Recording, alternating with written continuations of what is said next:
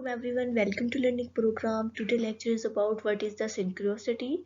Synchronicity is the firstly introduced by the Jung psychologist, जो कि आपको मैंने Jung कवर करवाया है alternative of the psycho analysis में.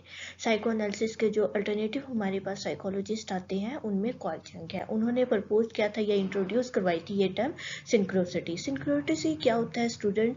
देखिए आपकी दो इमेजरी होती है, एक होती है एक्चुअल और एक होती है आपकी एक इमेजरीज होती हैं. आप अपनी ख्वाबी दुनिया में होते हैं, एक आपकी एक्चुअल लाइफ होती है. वो चीज़ें जो आप अपनी ख्वाब की दुनिया में सोच रहे होते हैं वो अपीयर हो जाए आपकी रियल लाइफ में सिम्यूल्टेनियसली. ओकरेंस ऑफ द इवेंट, वो इवेंट ओकर हो जाए आपकी एक्चुअली लाइफ में और उसका कोई फिजिकल कॉज या कनेक्शन ना हो. That is called the synchronicity. Synchronicity का कॉन्सेप्ट स्टूडेंट सिर्फ इतना ही है क्योंकि ये एक टर्म यूज़ की थी जंग ने और इनकी डेफिनेशन जो है वो इम्पोर्टेंट है for the short question point of view.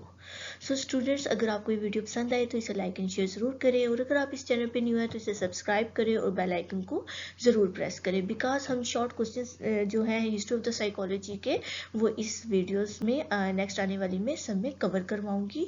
तो आपके पास नोटिफिकेशन बआसानी रिसीव्ड हो सकेगा. आप बेल आइकन को ज़रूर प्रेस कर लें और अपने फ्रेंड्स के साथ शेयर करें जिन्हें साइकोलॉजी के हिस्ट्री ऑफ द साइकोलॉजी के स्टूडेंट्स को ज़रूरत है. सो अल्लाह हाफिज़.